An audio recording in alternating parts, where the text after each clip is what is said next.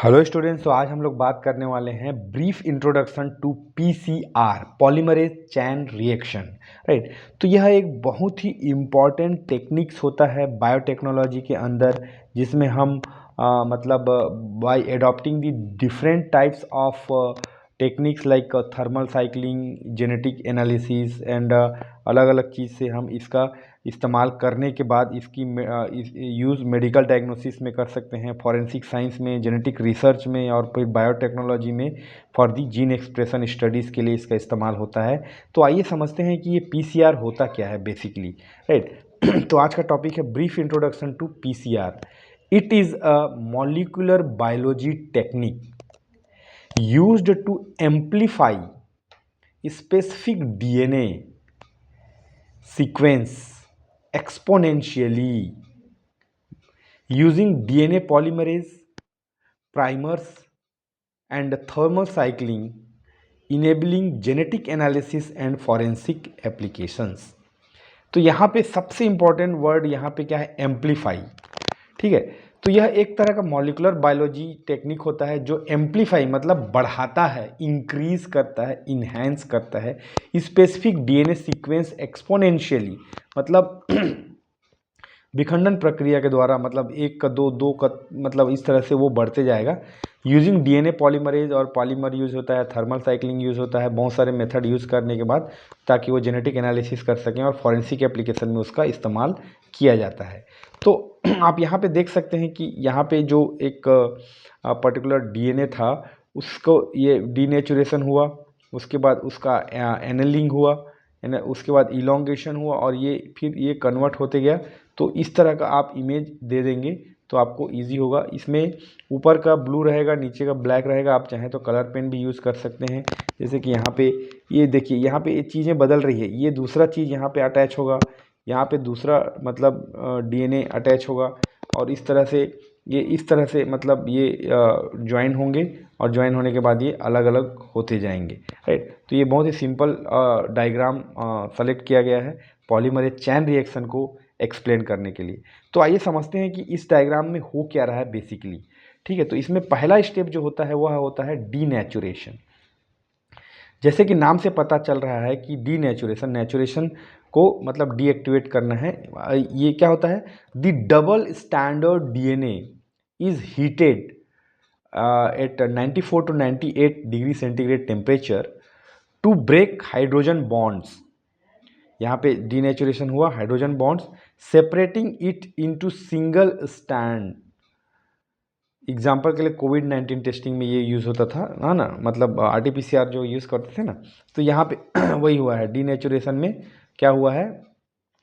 Double stranded DNA जो था यहाँ पे is heated, once each heated it got denatured, है ना, break hydrogen bond, this hydrogen bond broken and separated it into single standard. ये single standard DNA हो गया, ये सिंगल स्टैंडर्ड, ये single standard.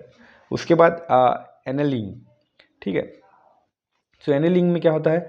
Short polymers bind to the complementary DNA sequence on each strand. यहाँ पे देख लीजिए, ये शॉर्ट पॉलीमर है, यहाँ पे भी एक शॉर्ट पॉलीमर है जो कि बाइंड हुआ ईच कॉम्प्लीमेंट्री डीएनए, है ना, डीएनए सीक्वेंस। तो ये डीएनए प्रोफाइलिंग में ये यूज़ होता है। तो ये हो गया एनिलिंग। ठीक है, उसके बाद थर्ड नंबर में है इलोंगेशन। इलोंगेशन में क्या होता है? Taq polymerase synthesise a new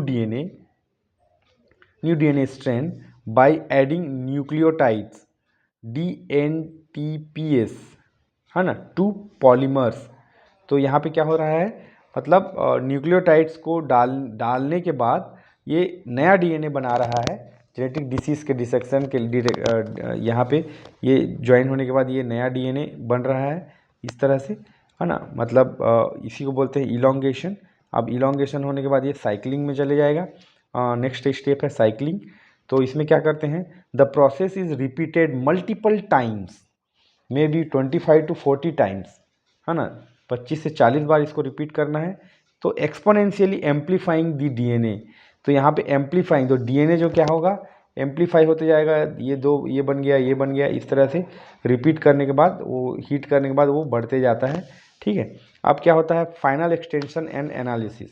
तो लास्ट स्टेप है आपका the last extension ensures complete synthesis and products are analysed using gel electrophoresis. तो हमको फिर उसमें देखना पड़ेगा कि ये जो चैन रिएक्शन हम करवा रहे थे वह सही तरीके से हुआ कि नहीं। वो जेल इलेक्ट्रोफोरेसिस से हम उसको आयनिक सेपरेशन के थ्रू हम उसको पता चल जाएगा कि यह मतलब सही तरीके से एम्पलीफाई हुआ है कि नहीं। तो इसका इस्तेमाल कहाँ पे होता है, पीसीआर का इस्तेमाल एप्लीकेशन की जब हम बात करते हैं तो यहाँ पे फर्स्ट है मेडिकल डायग्नोस्टिक्स। कोविड-19 में आरटीपीसीआर हमने देखा था। आरटीपीसीआर टेस्ट से हम कोविड पॉजिटिव और नेगेटिव हमको पता चलता था। तो यही वाला चीज़ वहाँ पे इस्तेमाल होता था।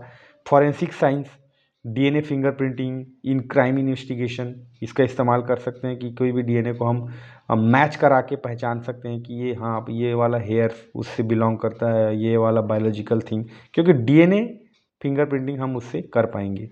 जेनेटिक रिसर्च में इसका इस्तेमाल होता है। Detection of the mutations in hereditary disease, जब भी डायबिटीज़, हाइपरटेंशन, जो भी मतलब आनुवांशिक बीमारियां हैं उनका डिटेक्ट कर पाएंगे कि म्यूटेशन कैसे हो रहा है उसमें, and we can overcome from that. Biotechnology में cloning and gene expression studies में इसका इस्तेमाल होता है पीसीआर का, पॉलीमरेज चेन रिएक्शन। तो ये बहुत ही इंपॉर्टेंट है एक्चुअली टॉपिक लाइक। तो यहाँ पे अंडर ग्रेजुएट लेवल में सिर्फ इतना ही पढ़ना है क्योंकि अपने को एग्जाम में लिखने के लिए है। But this is not this much short, it is very big terminology actually, right. So बहुत ही सिंपल तरीके से इसको मतलब समझाने की कोशिश किया गया है। यहाँ पे आप कलर पेन यूज़ कर सकते हैं इस पॉलीमरेज को दिखाने के लिए, है ना, रेड या फिर ब्लू अगर अवेलेबल है तो, अदरवाइज ब्लू और black is enough. Anyway why I have drawn like this because students will be going into the exam with the blue and black pen. Generally they will not be having most of the students will not be having multiple color। तो आप चाहे तो plan करके इसको ले सकते हैं, है ना। तो इस तरह से it should not be colourful, right. Colour should be the just for to indicate the things, right. यहाँ पे आप दो कलर यूज कर सकते अलग अलग if you want, right। So these notes will be available in telegram channel, link I will give you in the description box. By clicking the link you can download it as a pdf form. If you want you can prepare your own notes by enhancing some more content, it is left to you. But if you will understand the basic skeletal of this theme, you will be able to write in exam based on your performance and requirement like BAQ, LAQ, SAQ, what kind of question it has given PCR, right। Thank you, bye bye।